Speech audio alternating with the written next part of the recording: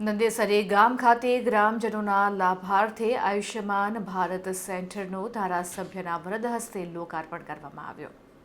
Nandesari industrial association દ્વારા બનાવવામાં આવેલ નવનિર્મિત આરોગ્ય ભારત સેન્ટરના લોકાર્પણ પ્રસંગે ગામના સરપંચ દિલીપભાઈ પરમાર, આગેવાનો તેમજ ઇન્ડસ્ટ્રીયલ એસોસિએશનના chairman Babubhai Patel, GSP crop science કંપનીના મેનેજિંગ ડિરેક્ટર જયેશ વિસાવડિયા તેમજ અન્ય ઉદ્યોગપતિઓ સહિત ગ્રામજનો મોટી સંખ્યામાં ઉપસ્થિત રહ્યા હતા.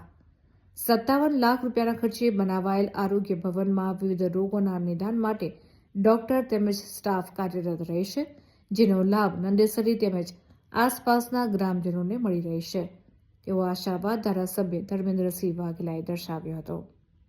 ઉપસ્થિત છો ત્યારે સૌને વિનંતી છે કે આ કાર્યક્રમમાં જોડાઈશું.